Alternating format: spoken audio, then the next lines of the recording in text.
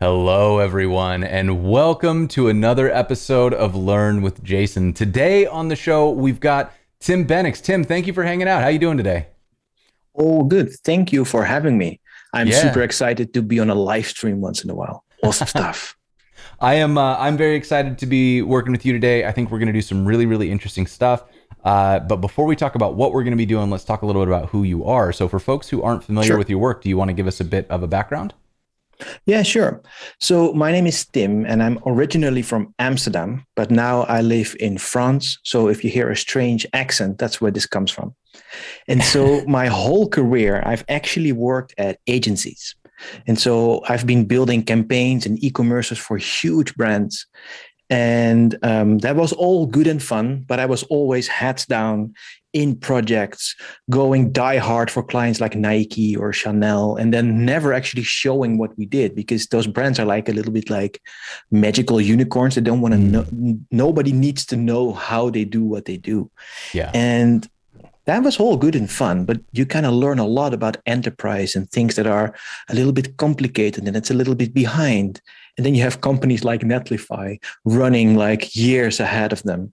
And so recently, I turned more to the community because I did learn a whole bunch of this work, but also there was so much more to learn from the community to me. And so now I joined a startup called Uniform and I make YouTube videos and I stream occasionally. And so my career completely changed.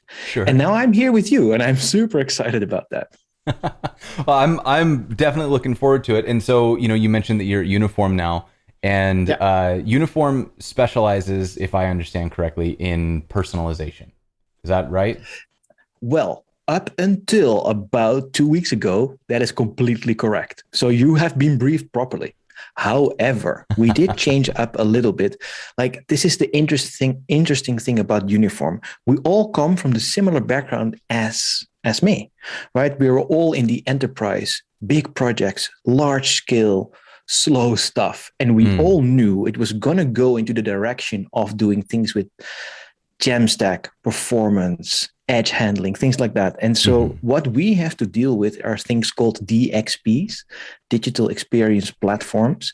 And Okay, so what that means, it's like a whole bunch of tools together that make the digital experience for your end user, but also for the got it. developers, also for the marketers, also for the data engineers or anyone in that whole group of things that works together is kind of the audience of a digital experience platform. And when you build your blog, you don't really have this, right? You have a very small bit. But when you go to bigger brands that I used to work for, they had digital asset management, Cloudinary like, or CDNs or CMSs, or Right. lots of things together make up one big brand, right? So we all worked in that and we all felt the pain of it didn't really work. Yeah. And so that's why Uniform started. And so there was a bunch of product people that used to work at Sitecore, for example. That was one of those systems that used to do that.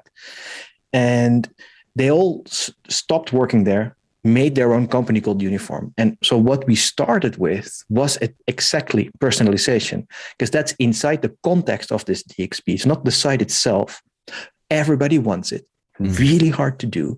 So why not make a product that kind of sits there, easily to use, integrates with new stuff like Jamstack and React and Vue and all of that stuff, and then go in there and make that work. But that was only the first step because we already knew there's so many of those headless things out there, right? You have CMSs, but you have personalization engines, you have analytics, you have e-commerce. There's so many headless systems.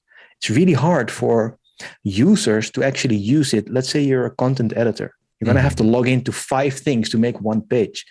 Then you have to ask developers, can you please connect all these things for me?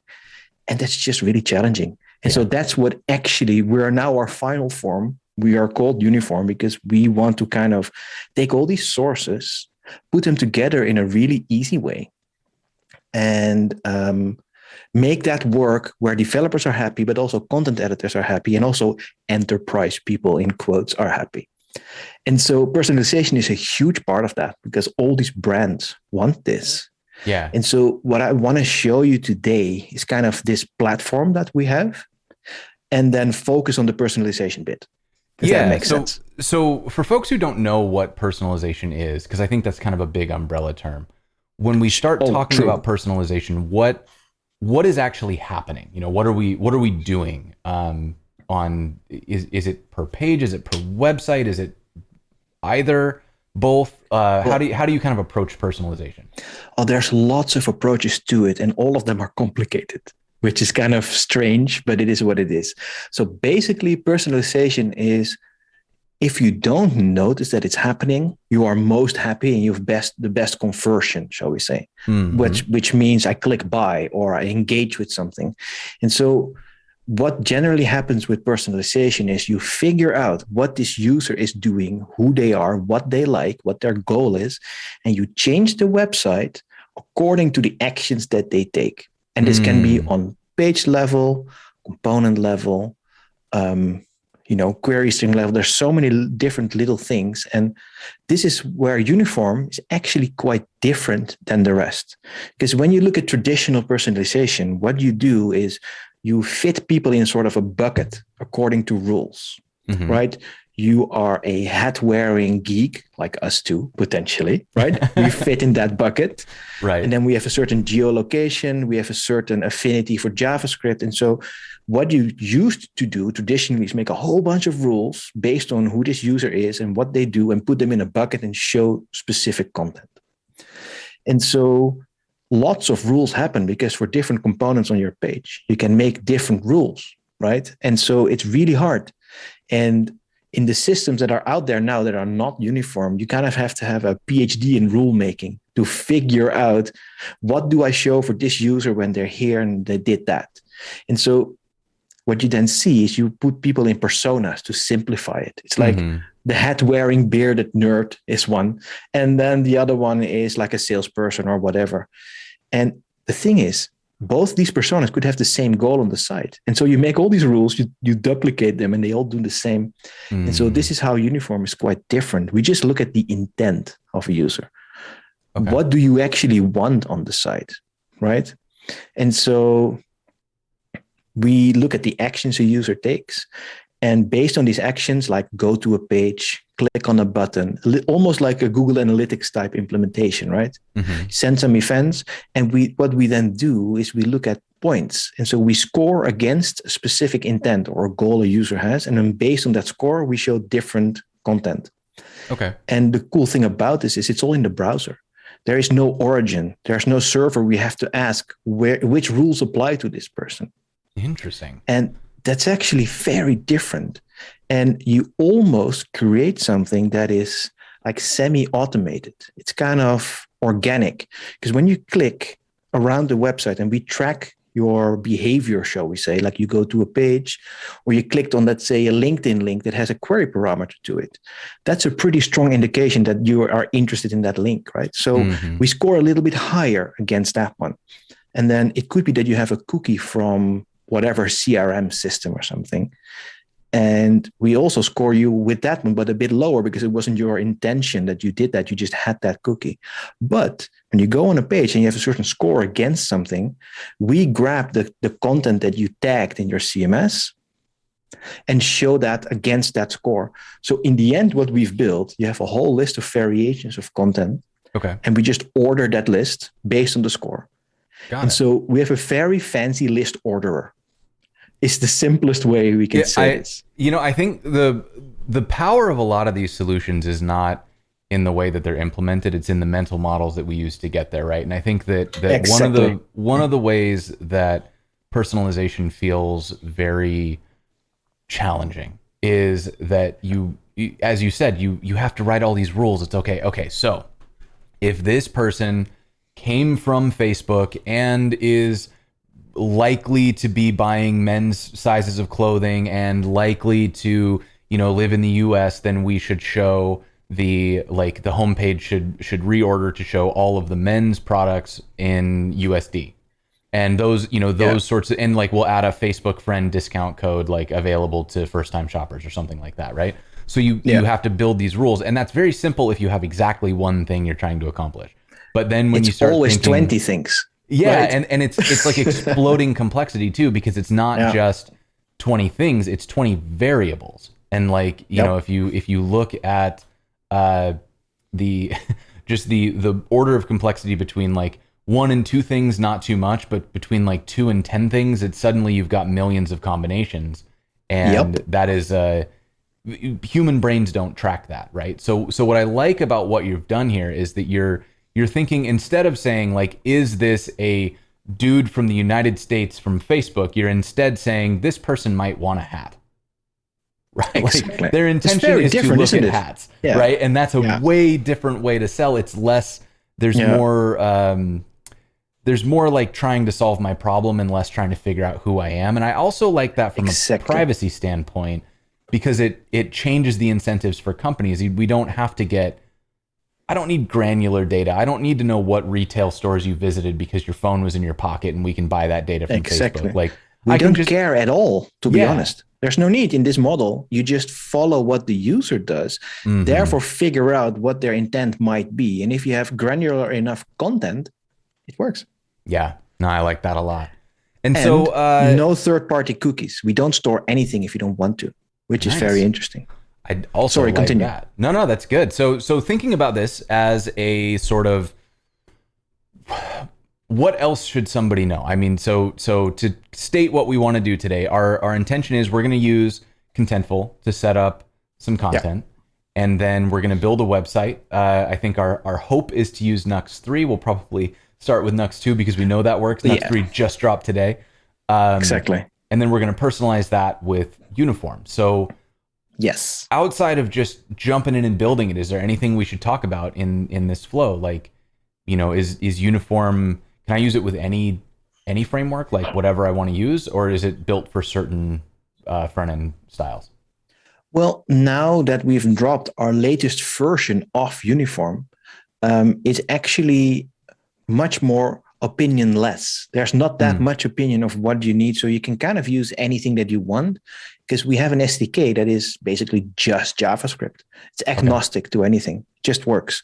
And so what I want to take you through today is actually we'll go to our homepage, and then we say build your stack. And so we'll help you to connect the dots of the different systems that you have. And in our case, for now, it's simple, right? It's just the Contentful one.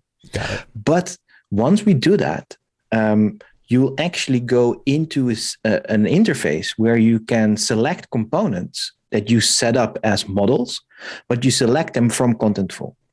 And what that means, you can just click personalize this.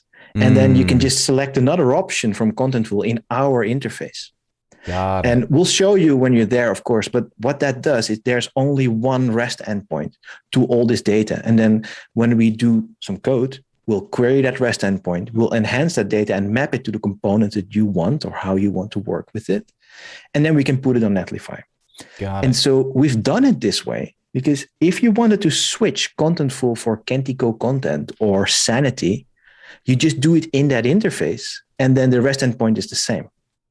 Got it. And that makes things very easy, right? And then you can, if you want to add commerce to it, sure, add an integration, drag and drop some components from that commerce engine, and they come into that endpoint. And so you kind of are agnostic from whatever integration you have if you code it the way and you can code it the way you want. And of course, this is a little bit abstract when we talk like this, but I would love to show you and give you that feeling of just going through that onboarding, setting it up, and then having a look at how that all works, right? And so it's slightly bigger than just the personalization, because we now use that interface that we've built to really easily add the personalization. And luckily, our new SDK has this personalization business that you would normally code. It's kind of baked in. So you get a Vue or React personalized component that does it for you already. And so it's slightly easier, a little bit more black magic, but we have a bit of time, right? So if you wanted to learn how it works, we just dive in and I'll just show you directly. Let's do it. All right, so I'm going to flip us over so we can start getting our hands dirty here. And as we are jumping across, keep in mind that this episode, like every episode, has live captioning. We've got Jordan here from White Coat Captioning doing all of that for us, and it's available on the homepage if you want to read along. That captioning is made possible by our sponsors. We've got Netlify, Fauna, and Auth0 all kicking in to make this show more accessible to more people, which means a lot to me. As you are clicking things on the internet, make sure you go and follow Tim on Twitter at Tim Benniks. And today we are talking about uniform.dev. This is the tool that we have been discussing. And then I think from here, I probably want to start at contentful, right? That's the beauty. You don't have to. And you know why? This is where it gets interesting. In the new headless world, right, that we have nowadays, people, what they want is kind of, what is my blueprint? How do we connect everything? And then these CMS vendors have jumped in and says, of course, we integrate with everything. So they're kind of recreating this center of the universe thing, where if you have Shopify, you put it into Contentful and it comes through the Contentful API, right? But you don't really want that, because what if you want to change CMS or something or whatever? Suddenly you have created this tight coupling. And so what we actually do is we don't start with CMS first. We start with the platform first, where you put the blocks in that you like. Okay. And then you connect everything up, and then you build your front end from there. That doesn't mean that Contentful is not important, because all content editing actually happens there. Because we could never do better content editing than one of these CMSs. That's not the point.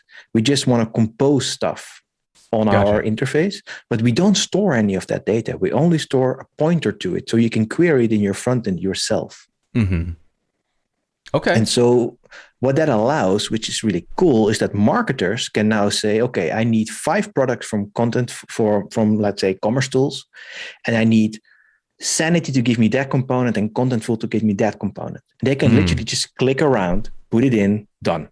And the endpoint is the same.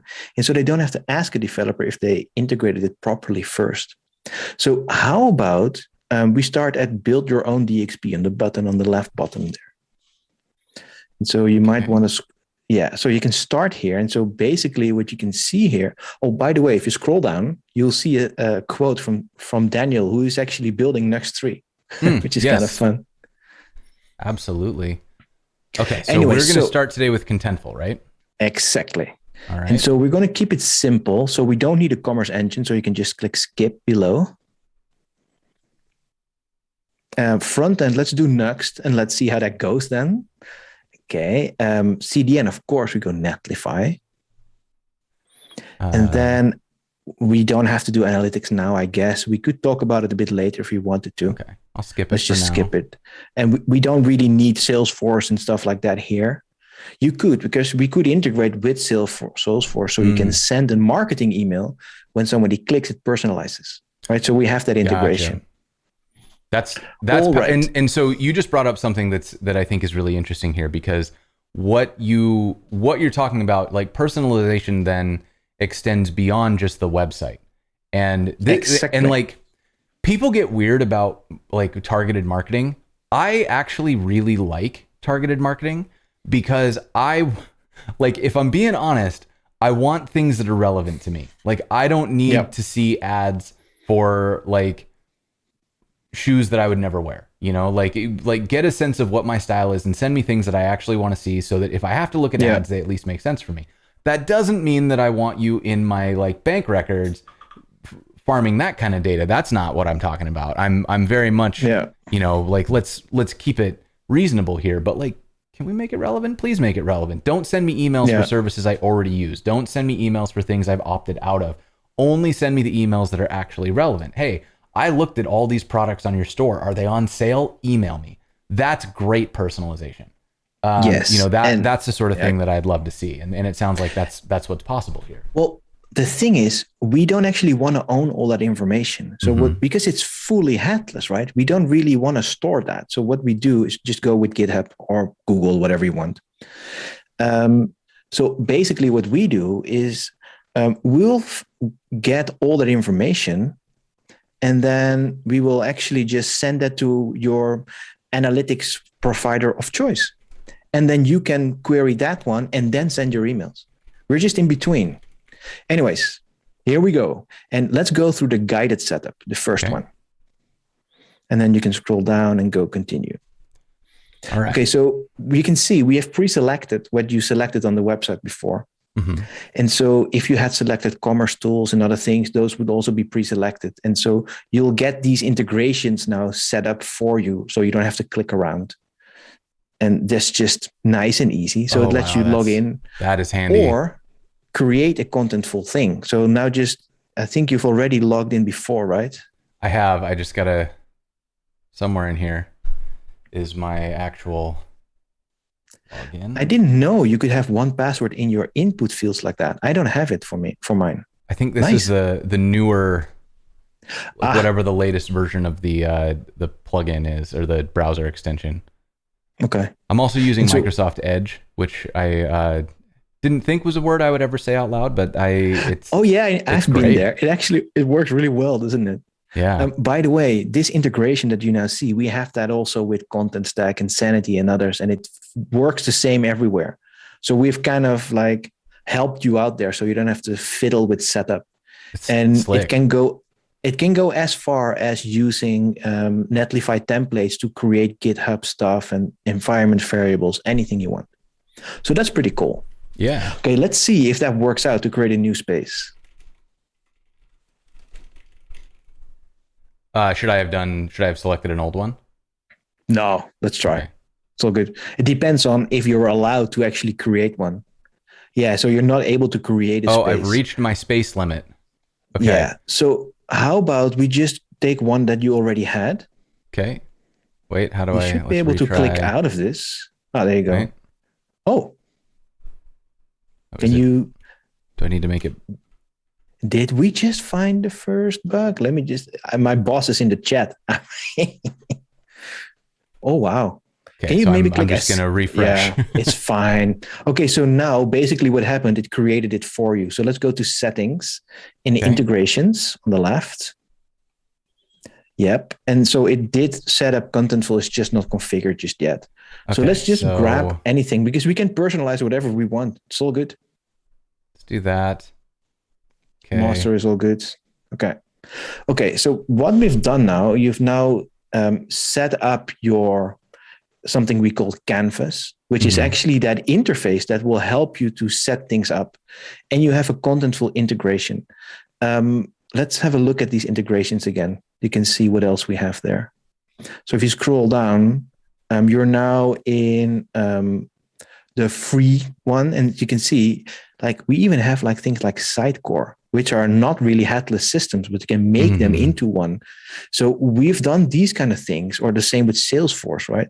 Because lots of enterprise users are on these large systems with millions worth of investment there, and we want to give them a safe path to modern stuff so you can integrate. So how about let's have a look at this Canvas tab on top.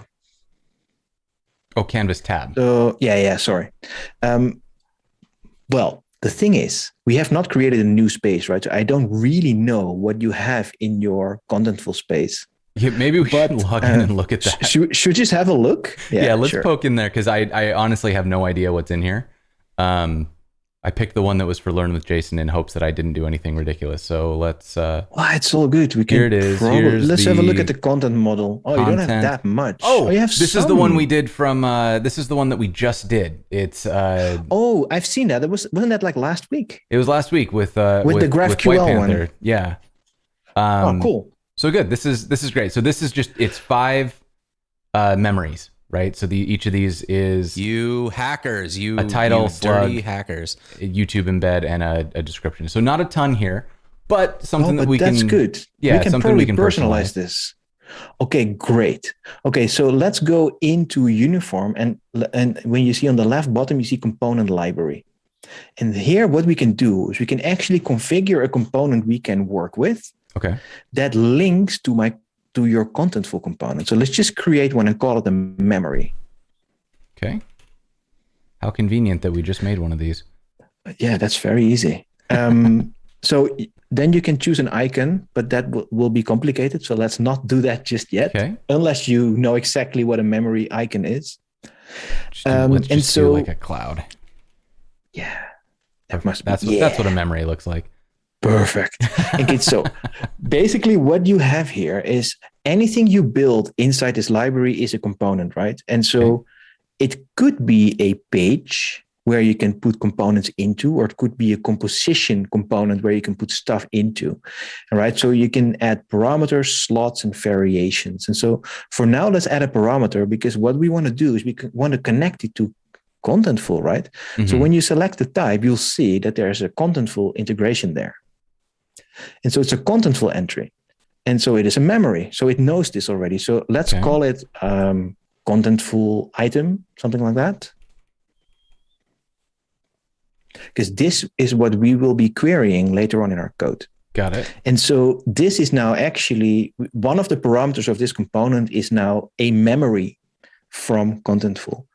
If you wanted to, you can also add text parameters and other things here if there was a need for that. I don't think for now that's true, but let's add one like this. And so now what we've created is basically a component that is linking to a Contentful memory. Mm-hmm. But we also need to be able to place it somewhere, right? So let's save this one on the right top. And then let's make another one that we actually make it, let's call it a page. Okay. And then you can see that checkbox there that says composition component. And so what this means, this can now hold other components. Gotcha. And so if you go to the second tab, you see slots. We're going over this really quick, and I like that it seems to work. So that's cool.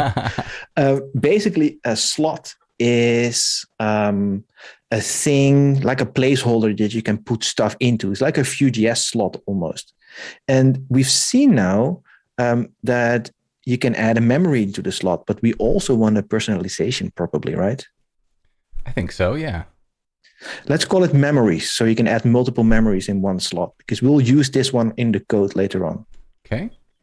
We probably want like 1 to 3 so that we don't use them all. Sure. Yeah, that's up to you. You want to A/B test as well, just for fun? I mean, why not? I love fun. We use the same tag for it, so it's all good. Let's put it all in. Okay, so now if you want, you see that title parameter thing there. Now that we've added a slot, I think, oh no, this didn't actually fill up, because you could add a parameter with a title field there, and you'll see that title parameter, because later on, when just add a title field, because in your composition, you might want to see what this thing is. So it's kind of nice to add a title for people. And so, yeah, okay, let's save. Yeah, see, now you can say this. Okay, let's save again. And now go, let's make a composition. So you can just click, like on the left, you have your compositions. Just, well, you don't have any, but just let's add one here. Okay. I'm going to select and so, a page. Of course, it's going to be a page. So it's going to be memories, I guess. Yeah, sure. And so now you can see, hey, there's a memory. Well, let's add it. Okay. And then you can see that it's actually on the right. It's actually a contentful item, right? So if you select the dropdown, there's your memories. Oh, look at that. Isn't that nice? Okay. All right. I'm following. But you know what's fun here is that actually the flow now becomes, if you like, we just set up what developers would do later on, right? For content editors and stuff. Right. If you didn't have to do that and you would just go in and you click, hey, I want a memory, I want a hero, and I want something else. And that just connects to different CMSs that you want, or different e-commerces or whatever. Mm-hmm. That's pretty nice, right? And so now when you click accept, there should be a memory connected. However, on the right top, you see it says invalid. So let's see what that means. I think we might have not. Oh, so we didn't add the page title. So when you go back to the page on the top here, so you have to add the title. Yeah, there you go. Yeah. Okay, so now when you hit save, this is the simplest, right? Mm-hmm. So when you hit the little, on the little arrow on the publish button, you see you can do view source. And so basically, this is your composition now in JSON. Gotcha. And as you look at that, you'll see there's actually no content of Contentful at all in here. There's just the ID that is the Contentful entry. Right. Because we really don't want to store the contentful information here. Because what happens when you unpublish that component or you change it? Right. Syncing is a huge nightmare. You don't want to duplicate content all over the place. And that also means if we did that, that would mean that we have an opinion about something, that we form it a certain way. We really don't want that. This needs to be a platform where you just get stuff that you can post.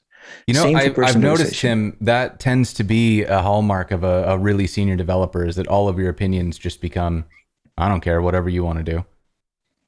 Exactly. However, there's a drawback. There is a drawback because, like, I thought I was quite good at what I did when I worked at agency. I was quite senior. I was able to deal with CTOs and still write code. And then I got to this startup, and I felt so stupid and so junior. These guys are ridiculous. And so it's great to be in a place where people are so good at what they do. However, what you then need to figure out is also, okay, so what if somebody like me comes around that just wants to use this thing and not know every detail of your TypeScript types in the starter kit website, right? So we also need to simplify it to make sure that everybody can use it. And so it needs to be opinionless, but you also need to get out of the box SDKs to make it relatively simple to use. Right. And so what I think we should do now is go to the docs and start actually implementing this in a website. And so once we have something running, you can just go to docs.uniform.app, or maybe click help on the right bottom, but this is also good. And so we want to go to the one on the right, develop with Uniform. And so basically now, it's not a link. What's happening? I wasn't focused on the window. I was like, why isn't that? What's going on? I was a little worried there. Now, so what I actually want to do now is just build this Nuxt app, right? Sure. And get that composition that we just created on the page, just so we have it. And then we can take a couple of steps to actually do more and more to get from composition to the component data, and then to map that data to how we want it. And then we add personalization, and then we can have a look, because we have a bunch of developer tools, like they are actually a Chrome developer tool thing, which really helps you with the personalization. So we'll just take small steps. Yeah, let's do it. All right. So First and foremost, I need to set up a new Nuxt site. And I'm going to do that like npm init Nuxt, or is there another way that you prefer to do it? Let's go to the docs and I'll show you. So let's skip the introduction and the glossary like real developers always do. And we'll go into the tutorials one on the left. And on the left. Here we go. Left. Yeah. And then we'll just click on Nuxt.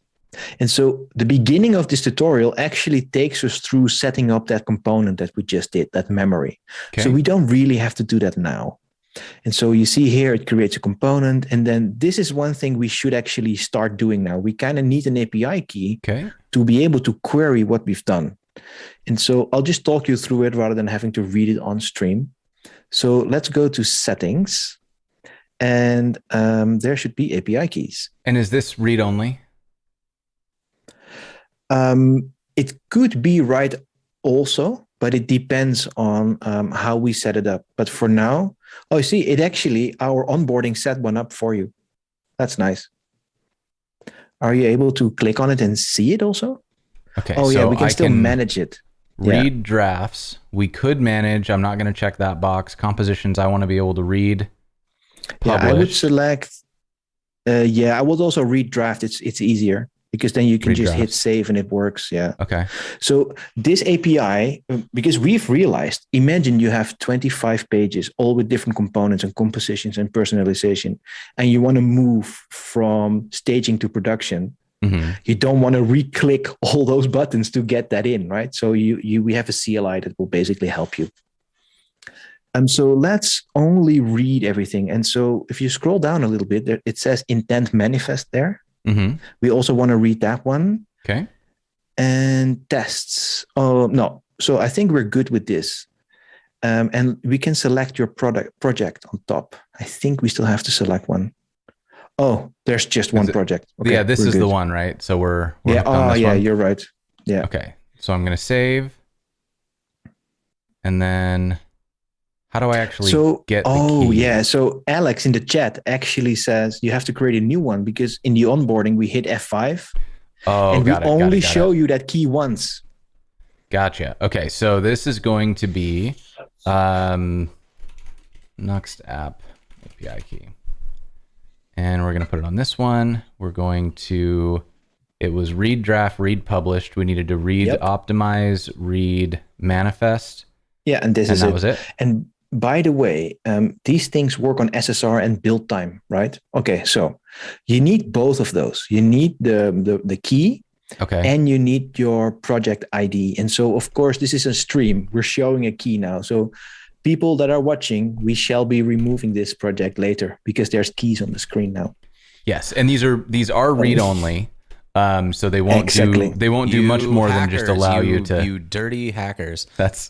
That's right, you hackers. Exactly. But this won't let you do much more than just read what we're going to read. So only read. Yeah, that's one of the reasons why we didn't choose anything other than read. I like that. That's good because we are not here to show us our CLI and stuff. Now you cannot see them anymore. Did you copy them? I copied them. Yeah. Okay, good, awesome. Okay, so I'm going to delete this one since it's gone. Okay. Yep. So now we just have the one. Yes. Let's go back to our README and see what else we need here. Okay, we did the project. Okay, and there it says create Nuxt app. Okay, so we're gonna npx create Nuxt app, and we'll call this one whatever you want. Personalization on the Jamstack. Yeah, nice. All right. Do you have a preference on JavaScript or TypeScript? Let's go JavaScript for now. It's with Nuxt 2. Let's do JavaScript for now. For this, let's go none. Let's go very clean and not much. We don't need any of this. Not for now, anyways. Okay. If you want, you can add something, but we don't really need it. I'll probably leave prettier in just so that it auto formats, but won't worry too much about ESLint stuff. That's what I tend to do as well. We don't have to test for now. I would go, SSG, so the first one. Okay. And then we go static Jamstack. There we go. All right. And this is to your preference. I don't know what you want to use here. This is, I think we don't really need any of them. I don't think I'm going to set up any of these because this isn't going to be a long-lived project. Exactly. So I would go for none here. Well, we want Git maybe if you want to we want Git. Unless you want to just use the Netlify CLI, of course, to deploy it. We still have to put it. I don't want to manually deploy from Netlify because that's fine, but it's that's a lot of work. I'd rather it was all automatic. Yeah. Okay, here we go. Okay, so let's see if there's something in the chat now. Let's peek into here. So I'm going to need to create these API keys. Yeah, so in your environment variables. And we have to install some packages and stuff. Okay, so let me get in here. It was personalization on the Jamstack. And I need to use NVM. Let's use 16, I think. Yeah, I'm on 16 also, and that tends to work fine. Okay, so I need to add these. So what I'm going to do just to get us up and running is I'm going to GitHub repo. Let's see. What do we have in here? We've got a repo created. So let's git add everything, and we'll say git commit, work in progress, setting up site with uniform. And then I'm going to GitHub repo create. This is the GitHub CLI, which is my favorite tool in the CLI. I haven't really used it much, to be honest, but this looks very nice. It's so good. So I do GitHub repo create a public repo, hit enter, and now it's up there. So I can git push origin main, and now that's live. So if anybody wants to see this now, you can go see this. I mean, this is just the default create Nuxt app, but that's live. And now what I can do is netlify init, and we're going to create and configure a new site. I'll put it on my thing here. We'll call this personalization on the Jamstack, and it auto detects that it's Nuxt. So we now have... This is very smooth, Jason. I'm going to have to look into it to do this myself. And so now the site is building. And so we've now deployed this site. Well, almost deployed this site. It'll be live here in a second. But the really nice thing about this is now that we've done this, I don't need to create a .env anymore because I can do env set, and then we wanted to create a uniform API key. So I'm going to do uniform API key. This is so smooth.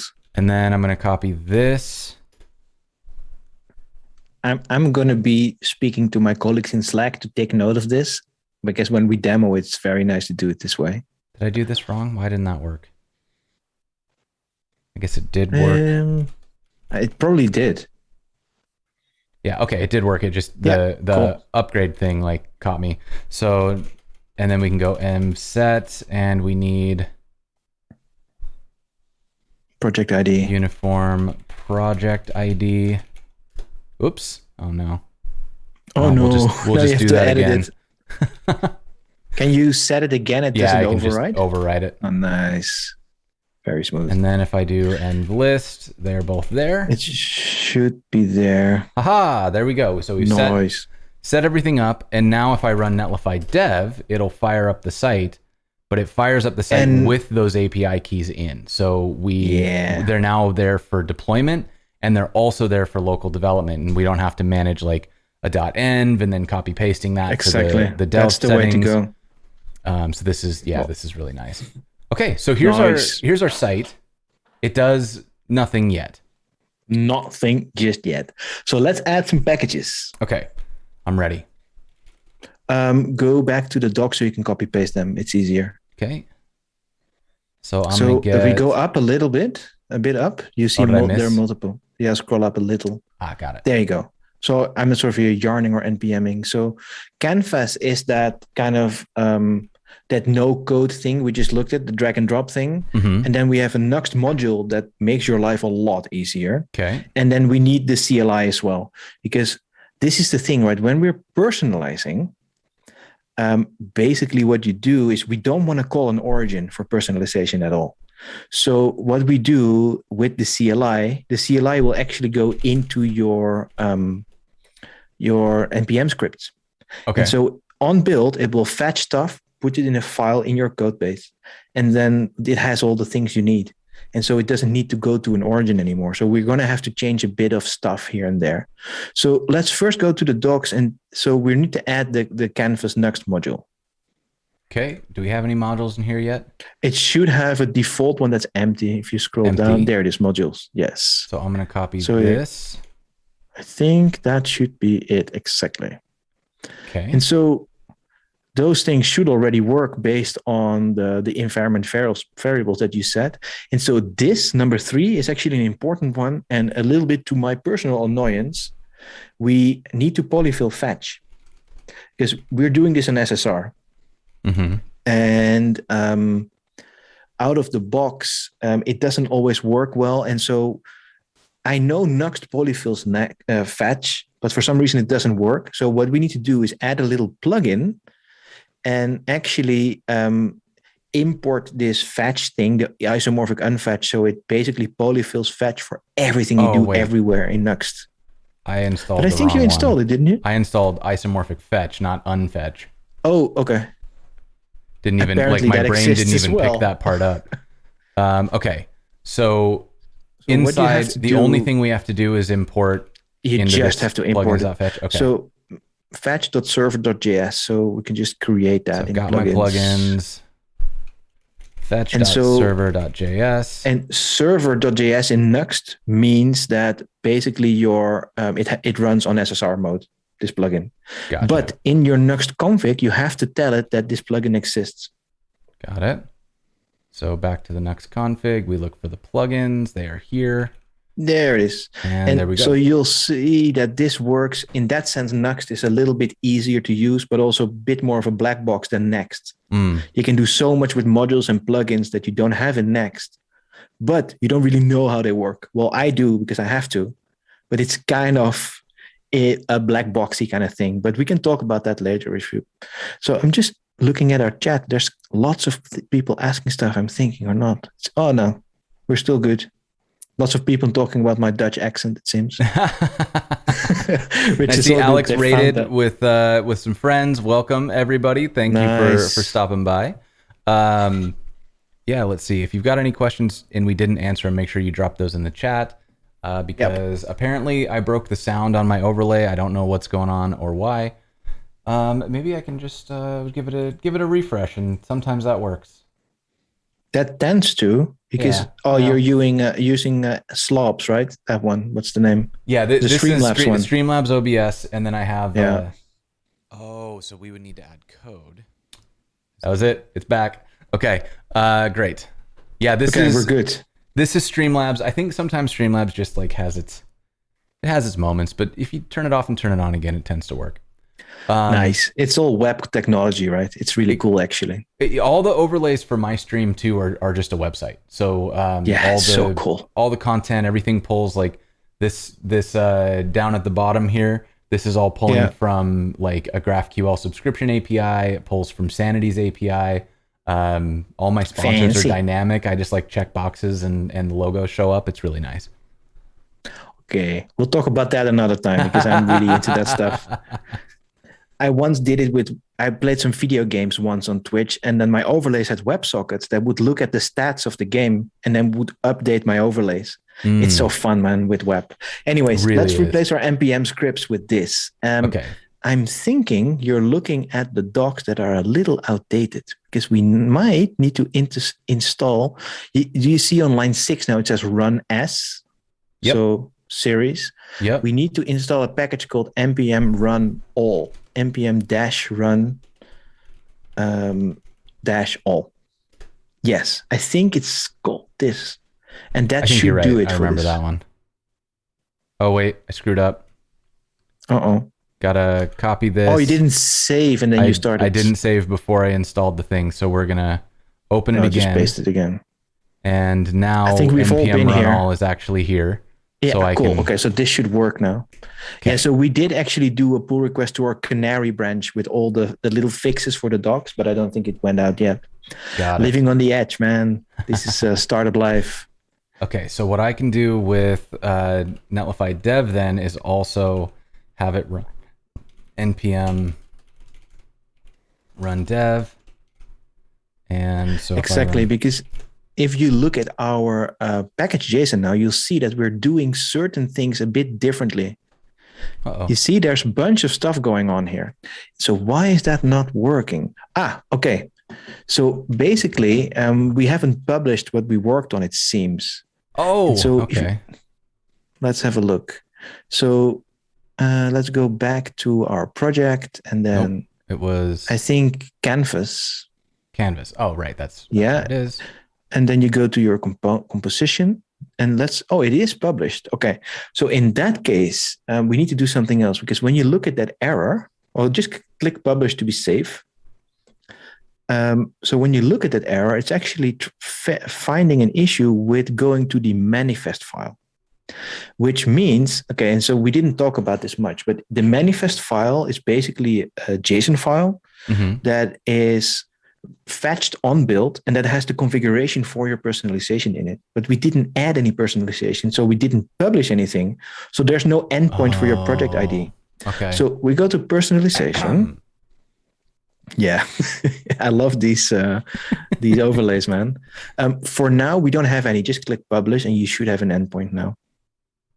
Published. Let's try it again. All right, let's try this again.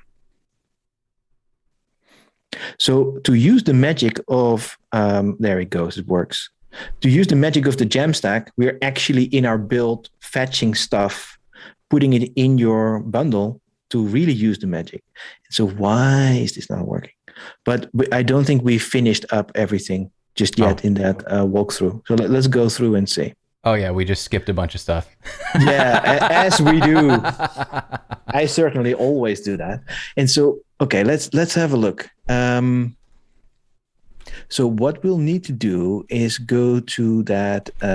Let's go to your index.view, which basically now shows you the default thing from Nuxt, right? So what we could do is just remove that whole template thing and just put in a little div with a header 1 or whatever. So we know we don't need this stuff for now. We'll use it later, of course, but just something. Exactly. Okay, so we'll do one of these. It's probably not working now because it could be an environment variable thing, or we just have to finish the walkthrough. Okay, so we need to export default. Yeah, you're already doing that on the line before. Default. So we the want interesting thing is we're not really doing anything now. So I'm kind of interested. Like did we something with the environment variables might have gone wrong, to be honest with. Yeah, let's it check. Looks like the API key is not added through the variables. Let's open the developer tools and let's look at the console and let's try again. I think this is an SSR error, so you might most likely will see it in your console from your terminal. Okay. No, I think you have to open your terminal. Here's the where terminal. You'll see. So when we go up, can we scroll up a bit? Because it seems to compile. Mm-hmm. Okay, so I think for some reason the environment variables are not working. That's very interesting. Okay, because so see, it did know your project ID. Yep. Localhost 500 network. Yeah, so it seems your API key is not working. What is it Let's have a look at the load that would cause this to happen? Well, what happened is we installed the Nuxt module. Mm-hmm. And that Nuxt module, you gave it an API key, right? So it expects it to work. And so on server-side render of this page, that Nuxt module did a bunch of stuff already. Mm-hmm. And so let's have a look at why that might not work. Did we remove the wrong API key from the dashboard? I certainly could have. Let's try again. It would be something I would do for sure. API keys. API keys have been moved. Created at oh, the yeah, team they're level. on team level now. Yeah, sorry. Okay. Okay, so yeah, we can actually not API see key. That it was now the one anymore. that was the one that I created, but let's just create a new one. Let's just try again. Yeah, just be safe. Personalization on the Jamstack. We've got, and so we only read things. Read. Yeah, and we need to read. And we need to read the manifest. And this is all. That's all. Okay. Okay. Creating the API key. Okay. And now let's set the environment variable again. Okay, so this time I'm just going to do it right through here to make sure that we've got the right one. So I'm going to build and deploy. We're going to go to environment, and we've got. Oh, did it only set the? Oh, it didn't. That's weird. Where's your project? Betrayed. Your project betrayed by. Probably when I double set that, it broke it on me. For some reason, locally you have your project ID, but not here. Some went wonky on me. Let's get this project ID out. Yeah, you can just find it here again. There it is. Yep. Go back here, set it, save it. Okay. If I refresh the page. But now it's still there. You should you get this locally now that you have to fetch them? Should get it locally. That is nice. This is such a nice way of using this. Okay, error festing. So I need to publish the manifest again? I'm thinking. I love how we're just trying to figure this out, but we'll get there. It's all good. Like security is very important, right? There it goes. Okay. Things are happening. Okay. It is. Oh, it's still compiling. Still compiling. Still got an error. What's the error this time?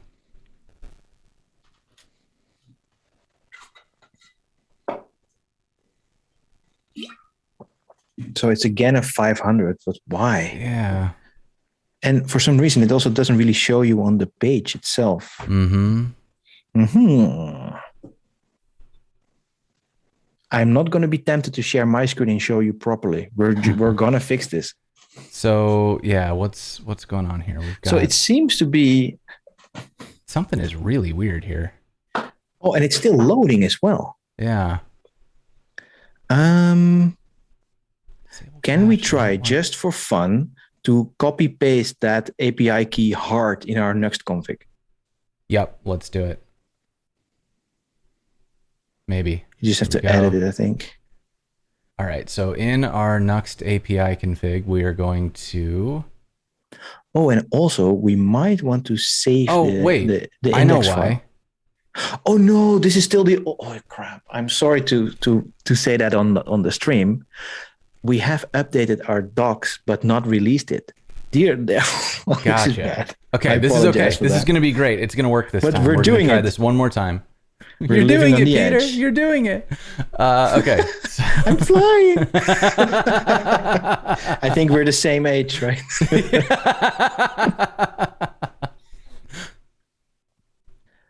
Okay, but this takes super long. Oh wait, you have to save your Wait. index file. Do I need to kill this Oh thing? wow. I'm gonna try this one more time because I think we also just overloaded this tab. So Yeah, let's probably. just go to localhost. And I think 8088 your again. your index view is oh yes. There we go. All right. Okay. Copy from okay, I'm writing my notes. Anyways, we did it. And We we did still it. have to save this file though. Okay. Oh wait, now we're I now broke it ready because to I didn't finish this thing that I was writing. So let's just undo that. Back to and now there you we should see go. it again. So Now we that can do function stuff. you were just writing is basically get static props from next, but we're Okay. doing the next variant now. So you can literally just either type it or copy paste it in the interest of time. Okay, so we're But getting this works. async data. You're right that in the interest of time we should probably keep trucking here. So what this thing gives you is the Nuxt context. The async data gets all the knowledge Nuxt has of SSR and client. And our Nuxt module has basically injected itself, provided some data like a React context. Mm-hmm. It injected the uniform canvas Nuxt context. And so what we are doing here, sorry. Yeah. Oh, okay. Sorry. This again is from the old doc. So we need to remove that dot client there. Okay. And what we also need to do is currently it's querying a slug that is called slash. Let's have a look in our interface if we actually gave it a slug. Yeah, I don't remember giving any slugs. No, so let's go to the memories one. And just here you see add slug on the left top. And just call it slash memories, I guess. Okay. And now we save this. And now just click, yeah. So what we should do now, so it's querying the composition. And we have like this little helper function that's called get composition by slug. And so what we can do is copy that composition that it's returning and showing that in our template. So what you can do is literally just type a pre-tag and then be in double curlies, I think you call these things. No, you don't have to do that. Oh, you don't? It does it for you in Vue. Oh, because yeah, of course it does. Vue. Yeah, because in Next or in React, it's actually JavaScript. Here it's black magic. And now it should show you. Still loading. It's taking too long for me. Did we save it? I think I did. Let me see. Didn't like. Oh, blocked by cores. But that should work because it's actually an SSR. Can you do a hard reload? There it is. Okay. Yeah, yes. So that's what you saw there. Is that might have been a hot module reload where Nuxt actually runs SSR code in the client. But I thought that was fixed. I'll have a look at that. But anyway, so what you see now, this is actually your composition. Yes. But it's nothing just yet, right? It's just a contentful item inside the memory slot. And you added some parameters like a title. So keep in mind that this can be 20 components with lots of different things that have sub-slots. I have on my website, I have a 2-column component with a slot on each side. And inside there, I could do a rich text and a single image and then personalize that thing. And that can have a slot again. So you can make a whole cool thing there. But of course, we're keeping it simple now. So what we need to do is use our enhancer API to actually fetch that data from Contentful and then map that to something that we want and then render a component with that. So let's go back to the docs so it's easier to copy paste. Yes. And I'm pulling over, Alex put in a the canary version of these so that we can. Ooh, very nice. So at Yeah. least we know it will work. All right, so back See, down to those where we fixes were. are already in here. Okay, we just Here's- did this. We Okay. did the pre with the composition. Okay, so now what we want to do is use our native components that we added called composition, right? And well, let's just have a look at what that is and copy that in. So we write it in as composition. So composition is a component. Is a view component or a React component. In this case, it's a view component, and we're giving it a prop of our composition. And Okay. so what this thing does now, do you know the concept of slots in Vue? Mm-hmm. Yeah, so basically it creates a default slot for you, a scoped slot with a bunch of data. And so it gives back the parameters that you gave to your composition, but it also gives back the slots plus the components that are inside the slots. And so for now, what we can do is just maybe copy that line that says template hash default equals parameters. And so let's put that in. So now we have a default scoped slot in Vue. And maybe you want to do the pre again, but then look at that parameters thing to see what you're getting. And so we'll just slowly build it out. And at one point, the personalization comes in and you'll see how easy that will work. Okay, so I'm going to refresh the page here. And we found something that's important and that should have been in the docs. Because when we now look at the Canary docs, you will see that we should have added our personalization package. Because the moment you use the composition component, it does auto magic personalization stuff for you. Okay. And so you need that component. And so it should say somewhere that you have to install that. You see, that is it. Optimize, yes. Okay. What did I just run? Oh boy. Oh, we're doing the NPM run all again. That's all good. Don't you do that. All right, let's just do the one part. Get rid of you and just try that with the one thing. It copied some yarn stuff there. I think I didn't realize this was on the next line, so I copied too much stuff. You see, in the new docs, it also adds the npm run all. Yes. And so back to down be we able go. to actually do the personalization bit, let's see, because we might need to add a little bit of configuration to that optimized package. But there it is. So if you scroll down just a little, you see, so add this module. Just need to put this into. Here's our Nux config. Let's put it into plugins. Now this is also a module. Also module. Yeah, sorry. Yeah, that's the next thing. Yeah, so just put it below here. Okay. Is that on the right? Yes. So now we can personalize, but to be able to personalize, you need to track somebody, right? Okay. So what we do, we have a tracker that is instantiated on the page, also in SSR, and basically it follows what a user does. And so we need to create this. We chose now, if you put a folder in lib uniform optimized called tracker.js, so you have to make that. No, you have to make it. Yeah, that's a bit of a React-y kind of thing. Optimize. Oh, you need an E after the Z. Oh, whoops. Yep.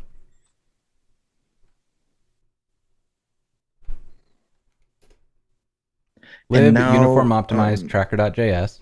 Yeah. And so this is the simplest tracker that you can give somebody to track what they do. So now we're not saving anything anywhere, which is very safe. Because so this is completely GDPR compliant and everything. So what you could do here is add cookies and do other things. Because if you add cookies for this tracker, you can also use your Netlify edge handlers to read the cookie, know personalization, and then render something for you on the fly and put it back into the Jamstack site. But that's for way, way later. But we're not there yet. We might not actually get there just yet. Anyways, this should now work. So maybe what we can do is another npm run dev and see if everything still works. Oh, sorry, Netlify dev. It's actually much easier to do it that way. So it always fetches the variables then. It does, yeah. Ah, cool. Let's see, it still doesn't like this tracker initializing. What did I miss? We might need to just give it a hard refresh now. Yeah. So it just needed to, because what it did a hot module reload without knowing about that new plugin that we just added. I was So still dumping this, so I'm going to take that out. yeah, and we also don't need the chat thing, I guess. Okay, so what you just now did is you dumped only the parameters, right? And Why did that double up? Oh, there it goes. I don't know. I have to be honest. Lately, the Nuxt 2, the latest build, has a little bit of these quirks. I haven't seen the stuff you just saw with the hot module reload. It's a little weird. But hot module reloading, Nuxt 3 though, is out. like it's always I'm complicated. glad somebody right? else thinks about that stuff, man. It's so hard. Oh yes, I couldn't agree more. I'm quite happy with Feet when that comes out, when it's completely different. Anyways, that's another stream, I guess. So what we've done now, you get this scoped slot, right? And with that scoped slot, you can do a bunch of things. You can also actually get the slots that you get back. Mhm. So you will get back uniform slots, not few slots, of course. Okay. So let's have a look at, so here what they do we don't have to follow this, but basically you are able to give these parameters to a component and just render that component, right? But we want to actually do a little bit more because we want to get these slots back, and inside the slots are components that can then get rendered for us. So let's see, yes, here.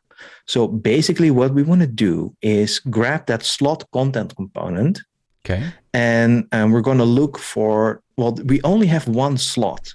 So most likely we don't need that key. We can just call it memories probably. And this is the slot though, right? Or we call the slot memories? Exactly. And so I'm thinking now it will try to create you a memories component, but of course we don't have that just yet. But let's see. Let's see what the docs say. It might now give you an error because it just doesn't have that component. Sure, yeah. Okay, so let's scroll down a bit. Okay, so we can go way down to the slots. Here we go. So the slot content. Yeah. Okay. So this is what we have. Okay. So let's go on. Okay. Like basically now it wants you to create a promo.view. In our case, we're going to make a memory.view inside components. Okay. So let's open up here. We've got components we're going to make. And use Pascal case. Yeah, exactly. So the component type that we have was called memory, right? So this should probably do it. And so in Vue, you need to give it some props. And so just copy this guy and it should probably do it already because it always gives you a uniform data prop, whatever content comes from it. So let's save it. And then Nuxt should auto, that already worked. That's nice because it auto resolves for you the component. So you don't need to load them in like in Next. Got it. Okay. So that's nice. Pretty easy. Yeah. So that just worked. So how about we add a little bit of, we need some code because right now it's only that ID, right? We need to actually be able to query something to make it look good. So let's go back to the docs and then it should probably, let's see if it tells you more on that. And otherwise we can click on we don't need all these for now. Nope, this is all with subslots. We don't need to do that for now. We also don't have to add variations for now. Okay, so enhancers? Yes, because what we now want to do is we actually want to, you have your ID, and what you want to do is you want to enhance your component data by, first of all, well, this looks like a whole bunch of code, but we have out-of-the-box stuff that I will show you in a sec. Okay. What you can do, this will actually query your contentful ID for you, put back all the data, and then these enhancers can also help you to map your content to whatever data that you want. If you want to insert a dad joke to every property, you can, right? So, and these things these enhancers, they can live in your code on SSR, right? For when you actually build, or what you can do is you can have them live on a serverless function. And then suddenly it becomes an API endpoint that enhances the data for you. And then your code base doesn't need to know where everything comes from. You just always query that one endpoint. It will do all the data mapping that you like from every CMS and give it back to you. Gotcha. So if you go back to the docs, if you make the screen a bit bigger, you'll probably see a contentful link on the sidebar somewhere. Yeah. So we don't need to read all of this. We just go to the code as we do as developers. So basically what we need to create is a contentful enhancer.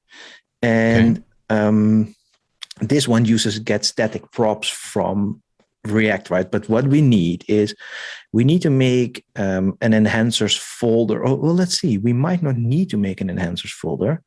What we can probably do is you can grab from basically the second const from there, just copy paste it from there. This one? No, so that we don't need this because this is what our Nuxt module does. But let's get from here, and then we also need that enhance thing. So we need to do this in our page. In the page. Yeah, so here? in the index view, because we have the composition now, but we need to do something with that composition. So this needs to be actually in that same function that we just wrote. Okay, so I'm going to take this and we're going to put it here. Just there, exactly. So we're going to enrich or enhance that composition. And actually what I just realized, you see that line 19, contentful enhancer, it creates a contentful enhancer. Mm-hmm. We do need that client property that I told you not to copy. Sorry. Okay, so we need this one. So this actually creates you this is the client to query contentful with. So does Nuxt insert all of this, or do I need to go get it? We actually need to go get it and put it in. Okay. So we're going to be showing, well, you can add these to your environment variables, right? Mm-hmm. Okay, so environment access token. All right, so let's get over here. And we know that this is the space. Exactly, that's an easy one. And then environment is going to be master, so that's easy as well. And then the access token, that's read only. So we can. I hope it is. It probably is. It should, if I remember correctly, it should be. So let's create a new one, and this one will be. This will be uniform, and it's going to be the delivery API, which is the one we want. Yep. So let's copy that. And since we're already that should be enough. Yeah, just add it. Yeah, you know what? You're right. Let's just drop it in. Or let's keep it. Screw it. We should make all these into, these should all be environment variables, but of course we are very short on time, and I want to get to the personalization. Exactly, part. And I just want to show you that. So basically, what this does, where does this created the. Yeah, so this comes actually from our package. So what you'll need to do is look back at the docs, and it has a bunch of imports, right? So we need to add these two, and also, of course, install them in our project. Okay. So let's go up. Come in before the export. Yeah. Okay. And so most likely, uniform canvas, contentful we have to install, and contentful itself. That's it. Oops.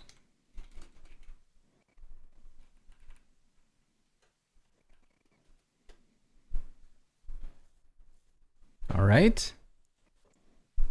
And thank you for the raid, Code with us on. Welcome, everyone. I hope you're having a good day. Awesome. All right. So that's running. If I run this again, save.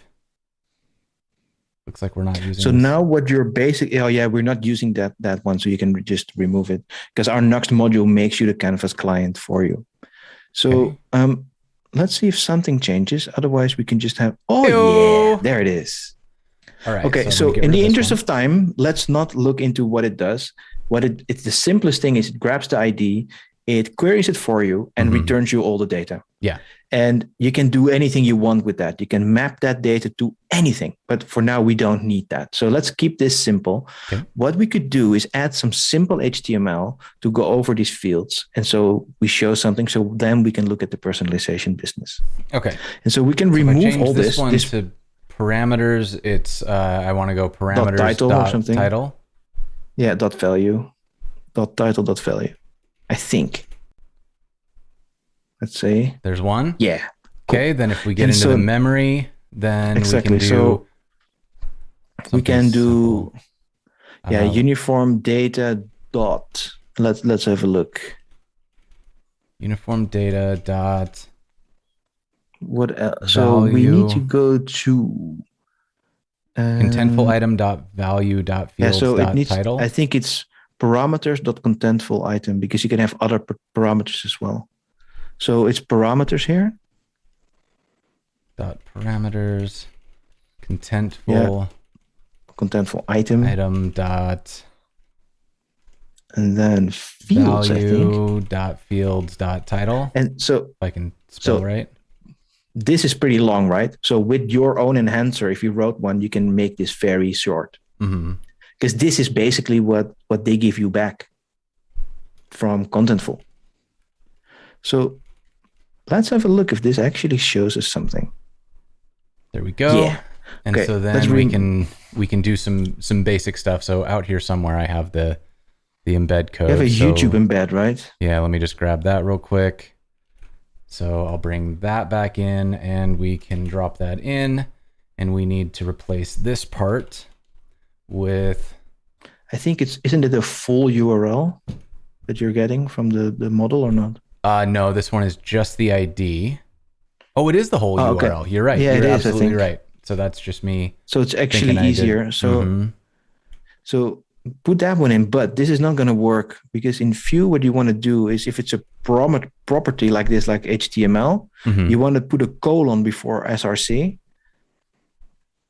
Before SRC, yeah. So it knows, it types it, and then exactly. So it's close to JSX. It's just not completely the same, but there you go. Okay. That's close enough. I'm going to drop this out. We have now created content. Haha. And this, the whole point of this is that potentially you can do this with multiple different headless sources and different e-commerces, and then just build your page like this if you code it the way you want. Right. So let's go back to our uniform dashboard and let's add some personalization now. So before we personalize, we just, like right now it won't work because we don't know what we're personalizing against. Like, think about what is the intent of a user. Yeah, you cannot delete it because it needs one at least. Oh, got it. Yeah, we'll get there in a sec. So when you go back to compositions, so go back one. Yeah, let's not save it. It's all good. Click on personalization. Okay. And inside personalization, we can start adding some intents. So how would you like to personalize a memory? Let's say if somebody is a JavaScript focused developer, we're going to show them Rich Harris's talk, and if they are a animation focused developer, we will show them Cassie Evans' talk. Perfect. Okay, so let's call the first intent JavaScript. Okay. Yep, that's all we need. And so what we need to add is a signal against JavaScript, because we need to know what happens here. So let's do behavior. Okay. Oh, you know what? Maybe we can do behavior. So you go to a page and our tracker tracks that. Okay. Or what we could do is do a query string, and that's easier to demo now. So click cancel here and add query string. Let's do that because we are. Yeah, because we don't have to make another page. Okay, query string. And so you just call this query string. And then we need to, or QS or something. It's just the name of the thing. So what is the query string parameter actually? Language or no? I was going to say preference, and we can say JS for this one. Yeah, exactly. And then keep everything the same. Okay. Here. It's all good. Yeah, just let's not go in there now. Okay, now go back, make another intent, and then call it. What did you want to do? Animation? Do animation. Yeah, perfect. Same thing. We'll do a signal of query string, and this one will be QS. Also a QS, and then you hear preference, and we'll do animation. Yeah, everything the same. You can do so many things here, but let's not. Click publish on the right top, and so now normally there's a webhook going to Netlify that rebuilds your site, but we haven't set that up. So now what you need to do is just restart your local thing. Okay. But we don't have to do that yet. Okay. Just go to memories and then click on memory. And now you can click personalize this. Okay. And so the first memory is for animation. Okay. But of course, now you have Selma. So you might want to unlink this one or edit it. Oops. Didn't realize that was what that did. Let's unlink. So we're going to choose a new one. This is going to be Green Sock with Cassie. Exactly. And now create another one. Yeah, so now you should create it inside the personalization. So now you're creating another one. Okay, wait. Oh, like same. Okay, I got you. Yeah, so we need another variation inside that same personalization that is now a memory that is for JavaScript, and we select one. Okay. Cool. And then we can have one that always works, which will just be a memory. Exactly. And that one will just select one. Selma. Cool. And what you need to do is click on personalization because it's asking you to add something to it. So when you click on it, they need an analytics tracking name. So just call it preference or language and then for match criteria, click the first one. Here. We don't go into that now, but the basics are there. So let's publish this thing. Okay. And so we have two ways to easily see this. Or you install our Chrome plugin that I can send you a link to right now, or we can try that query string. Yeah, let's try this query string. Let's try the query string. Yeah, that should be easier. And so what we've done here is we might need to hard refresh this. Oh, you might want to just refresh. Okay, so now there's no personalization, right? So it's showing Salma. Oh, wait, I did something wrong. Missing required prop slot name. What did I do? Oh, okay. Let's go back to the code and I can help you with that. I didn't know it would complain about that, but that's all good. Go back to index, and then in your slot content, you want to do slot-name equals memories. Okay. And so now it knows where to look, and probably it shows you the same without the warning. Okay, cool. So let's add this query string. All right. So I'm going to add a query string of preference, and we'll say JavaScript. And there it is. Okay. And then we'll add animation. Uh-oh, I did something wrong. Hey, that's interesting. Can you refresh your page? Yeah, it showed for a second and then it bounced out. Ooh, interesting. I hope we found the bug so I can fix this when we go proper launch it. That's very interesting. Okay, we have a little bit of time. I'm going to send you a link and then we can easily debug it. Okay. Shall I send it to you drop it in the Twitch chat? That's probably the easiest way for me to get it. Oh, actually, Alex is right. This is interesting. So basically what happened is that they both have the same score and then it doesn't know which one to choose. Oh, so it chooses the first scores. One. Yeah. Because so is that in my application memory somewhere? You can look in your console, but you can also just if you install that plugin, it's much easier to see everything. Okay, let's install the plugin. Yeah. Is there a way for me to allow extensions from other stores? Oh yeah, you're in Microsoft. It should work. It should work. Okay. Okay. So now I have Maybe this. You might want to refresh because you see the icon just appeared. Yeah. Okay. Click on the icon and it sees you have animation and JavaScript, both a score of 50 and it's in IndexedDB. Okay. So let's go to what if in the middle. I just reset it to make sure that it does what we expect right out of the gate. And but for some reason, doesn't like it's not showing the animation. Doesn't like chassis for some reason. Okay. So let's go to what if. Let's put animation. Yeah, let's set the score. There it goes. Very interesting. I do know that with Nuxt, sometimes when there's a React or a few router change, that it might not always find it, but it's really strange to me. I'm assuming that's just something that got stuck in my browser. But this is good. Who knows? So this is also really nice. This what if where it's I can very go and easy. Say, all right, so here's JavaScript. I'm going to set my animation to 5. And I can come back here and then which see my one intent. would show exactly. And we basically built this because you might get 25 different components, all with a little bit of score. And then how will your QA people figure out what shows when? Right. You might want a what if tab, right? Because what we can do here is if you, let's say, click on checkout because you want to buy a memory, you don't want to show everything anymore because then you want to show, hey, you bought something or whatever.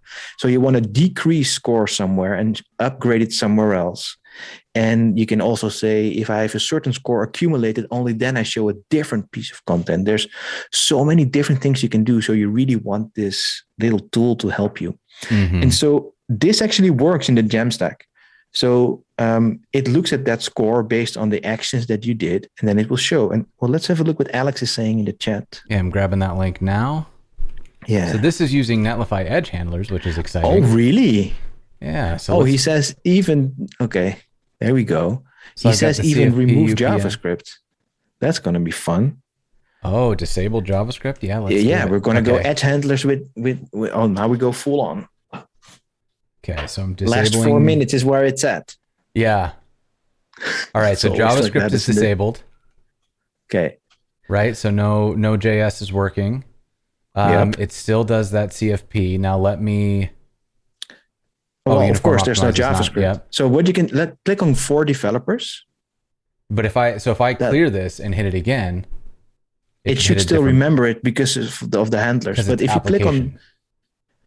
click on the for developers link, so it should be now increasing scores against developers. And so now when you go back home, what do you see? Oh, probably call for papers was stronger. So go there again and then go home. I think call for papers is really strong. Let me ask Alex. It might just be way strong. Okay. Can you turn on JavaScript just to check? Yeah, let's do it. Go in here. Behavioral signals require JS. Okay.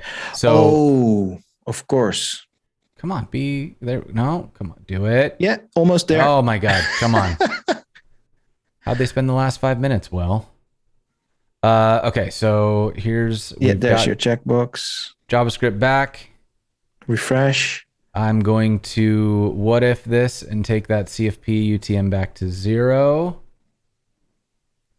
And it then it says goes to welcome to welcome. uniform conf. But then if I add this UTM campaign, so UTM, okay.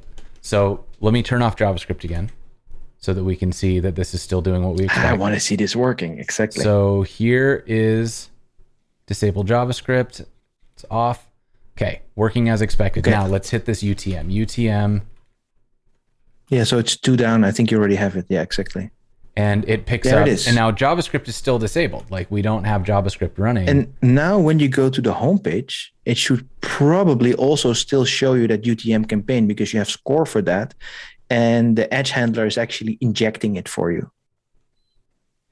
So if you just go to the homepage or remove that query string, you should still see it. Okay, and so we can see that like Oh, the CFP is yeah, here, but I hit dev, and so it Because updated it's my dev stronger, score. it shows exactly. And that's because we turned JavaScript back on, and so these signals Exactly. actually fire. So this is really So- cool. Like this, I really like this because it gives us, first of all, what Alex is saying in the chat about like if you don't have JavaScript enabled, you can still do personalization based on query strings, and this doesn't require you to like fully build out completely custom pages, like new landing page for everything that you Exactly. do, which like we even do that at Netlify. We've got specific landing pages for all sorts of things. That's a common challenge for us, is we have to make those happen. It is. And you know what? You should actually, well, this is not a product pitch here, but maybe you want to look into how we do this canvas build thing for your landing pages, because we kind of build it for that. Yeah. Because it's very easy now for, let's say you need to build a page without touching much code, right? And you need to build 25 of them, relatively similar, but with different content. Just go in there, drag around, add some personalization, good to go. Because what you can do is like, you know me because I have a Netlify account, right? So you know something about me. Let's say there's a cookie or you have something that you can query from a serverless function. On page load, you can push that into our tracker and directly personalize because you know me already. And so that also works in the front end on a Jamstack landing page. Nice. That's really nice. So what you've seen today, and I know we're over time, and I pushed a little bit to try to get you to build that like platform thing, because that really helps you out to kind of, what this means is that personalization now becomes this contextual thing again, which is just a thing it's added in and it just works, rather than you have to do a whole full project to get it to run. And so what I say to developers is like, if you wanted to do personalization and all these bigger brands want to do it, right? Probably Netlify wants to do it. Why not? You know me. I went to Jamstack Conf. Show me a different homepage, right? Absolutely. On Netlify website. It's simple. And with our tools, you can actually do this in your MVP build rather than in version 16 down the line because it's so complicated to set it up. Right? And you got a pretty big raid here. Big raid, nice. right at the end. Thank you, Mewtwo, for the raid. We are actually going to be handing you off because we just ran out of time. So, yeah, Tim, everything you're saying is amazing. Unfortunately, I got to cut you off because we got to wrap this thing up. So I know, man. I'm sorry. For everybody who is watching, if you want to learn more, I just dropped the Uniform Dev link in the chat. Let me drop that again. We've also got Tim here. If you've got any pointed questions for Tim, you go and hit him with those. And one more shout out to the sponsors. We've had Jordan from White Coat Captioning here all day doing live captioning. Thank you so much, Jordan.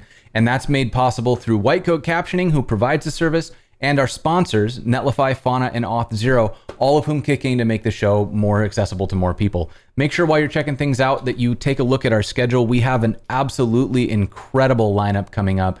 So many amazing things happening. Just come and check it out. It's going to be so good. So many people, amazing folks from around the community. I love these people. We've got even more coming in. It's going to be great. So make sure you go hit that add to calendar button and give me a follow on Twitch so that you don't miss any episodes. With that being said, y'all, what a great time. Tim, thank you so much for hanging out. Chat, thank you for hanging out. We're going to go find somebody to raid. Any parting words before we call this one done? Beer time? On my side of the world, that is. Yeah, absolutely. Enjoy your evening. Thank you so much for hanging out, Tim. We will catch you all next time. Thanks again, guys. Cheers.